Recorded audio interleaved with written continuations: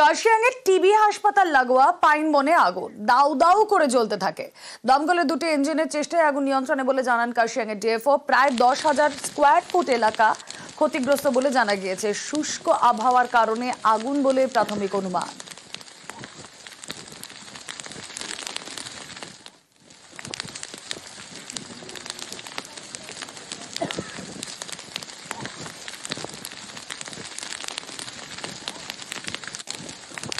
কার্শিয়াংয়ের ছবি দেখছেন। পাইন বনে আগুন, টিবি হাসপাতাল লাগোয়া পাইন বনে দাউ দাউ করে আগুন জ্বলতে থাকে।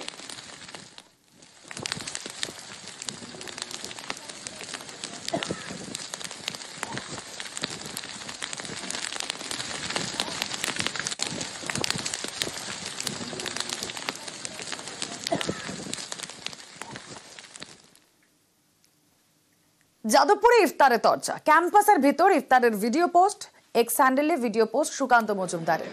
সরস্বতী পুজোয় বাধা অথচ ইফতারের অনুমতি, বিস্ফোরক অভিযোগ বিজেপির রাজ্য সভাপতির। ভেদাভেদের রাজনীতির পাল্টা তোপ প্রাত্যর।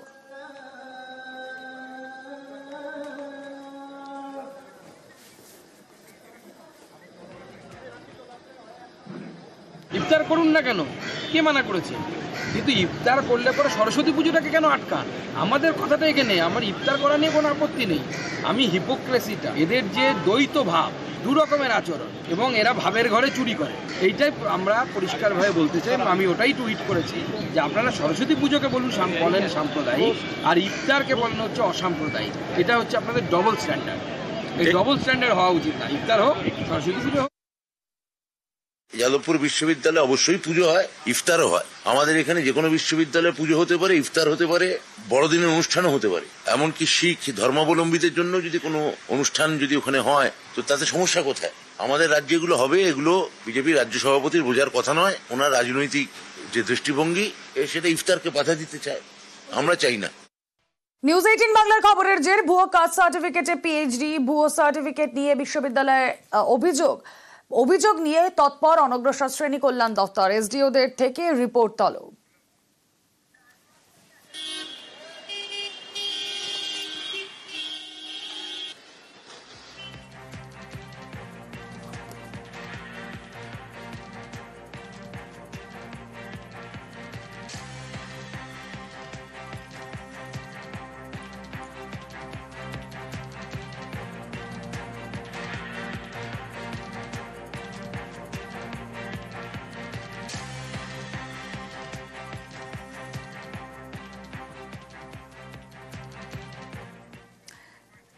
কলকাতা বিশ্ববিদ্যালয়ের রেজিস্ট্রার ভুয়ো কাস্ট সার্টিফিকেট নিয়ে পদক্ষেপ এবং তার কি বক্তব্য একবার সামনে রাখি আপনাদের। ভর্তিকে কেন্দ্র করে কোনো ম্যাল প্র্যাকটিস বা দুর্নীতির অভিযোগ যাতে না ওঠে, তার জন্য আমাদের কাছে অভিযোগ আসা মাত্রই আমরা ব্যাকওয়ার্ড ক্লাস ডিপার্টমেন্টকে পাঠিয়ে দিয়েছি।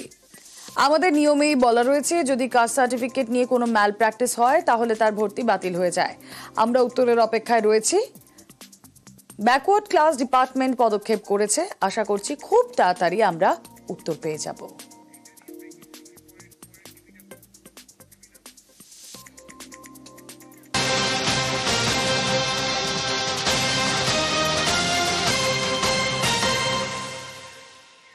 দুই অফিসারের বিরুদ্ধে পদক্ষেপ, ভুয়ো কাস্ট সার্টিফিকেটে পদক্ষেপ, তদন্ত শুরু। অনগ্রসর শ্রেণী কল্যাণ দপ্তরের ইন্সপেক্টর পদে দুই অফিসারকে শোকজ। খড়গপুর ও ব্যারাকপুরের দুই অফিসারের বিরুদ্ধেই পদক্ষেপ।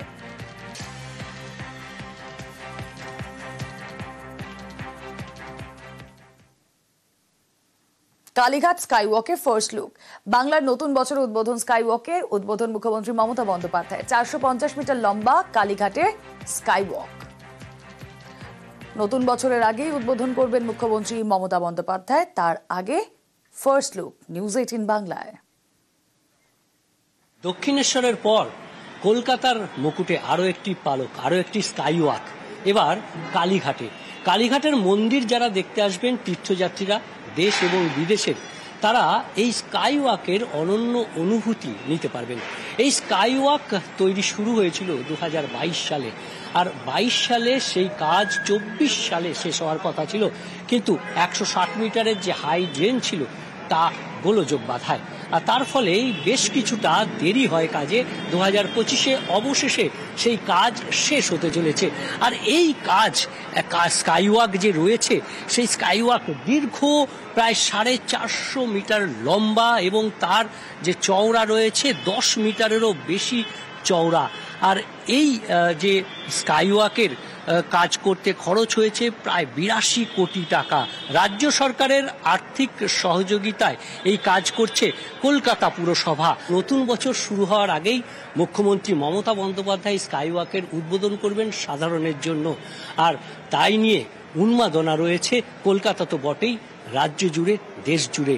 কালীঘাটের পটচিত্র থাকবে এবং আলোকসজ্জায় সজ্জিত থাকবে এই স্কাইওয়াক। সন্ধ্যাবেলায় আরও মোহময়ী হয়ে উঠবে কালীঘাট মন্দিরে যাবার পথ। ক্যামেরা সৌমেন দাসের সঙ্গে বিশ্বজিৎ সাহা, নিউজ 18 বাংলা।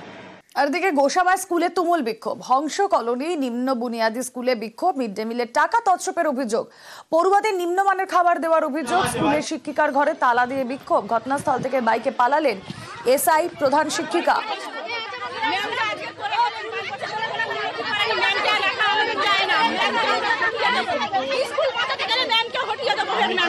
আপনার গায়ে কি হাত দিয়েছে?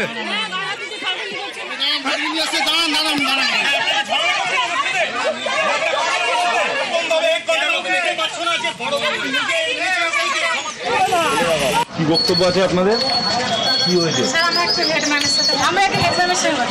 কথা বলবেন তো, কিন্তু আপনার রাস্তায় এইভাবে দাঁড়িয়ে থেকে কথা বলাটা তো সিস্টেমের মধ্যে পড়ে না। আপনাদের আমি যতদূর খবর নিলাম যে আপনাদের স্কুল ইন্সপেক্টর আমার সাথে এসছেন, ম্যাডামের সাথে আপনারা কথা বলবেন। আপনাদের স্কুল ইন্সপেক্টর সাহেবও আমার সাথে এসছেন। আপনারা দয়া করে এই জায়গাটা ছেড়ে দিন, আমাদেরকে ঢুকতে দিন, ম্যাডামকে ঢুকতে দিন, তারপর আপনারা কথা বলবেন। আপনারা কি এইভাবে কথা বলতে চান না সিস্টেমেটিক ওয়েতে কথা বলতে চান?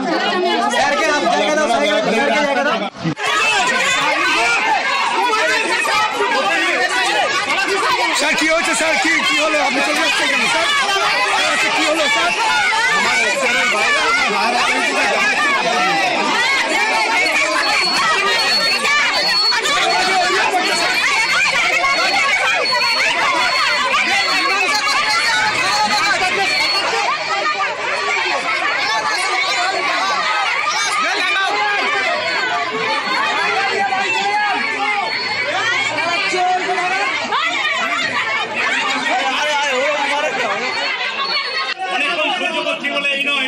আপনারা এখানে চিৎকার করবেন আর আমাদের মিটিং এর পরিবেশ নষ্ট হবে।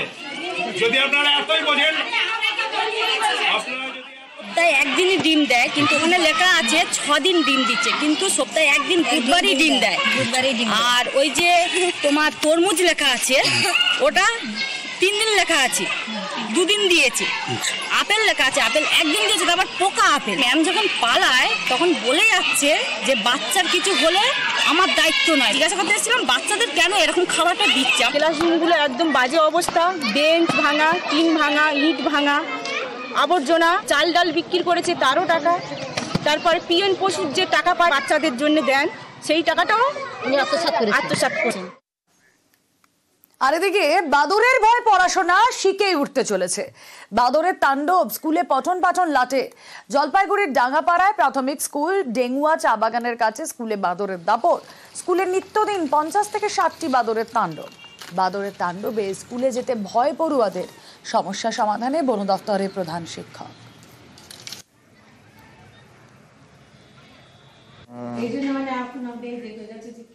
বান্দর হচ্ছে ঘরের ভিতরে ঢুকে যায়, তখন আমরা পড়াশোনা করি। আর হচ্ছে আমরা কিছু বলতে গেলে খামচি দিতে আসে। বান্দরগুলা চাল ডাল সব উলট করে দেয়, আর হাতে পায়ে খামচি টামচি মারে দেয়, দৌড়ায় বান্দরগুলা পিছিয়ে পিছিয়ে আমাদের। আর ব্যাগ দেখলে পারে, খাবার দেখলে পারে, বাচ্চা কাচ্চা পিছিয়ে পিছিয়ে সমস্যা হয়।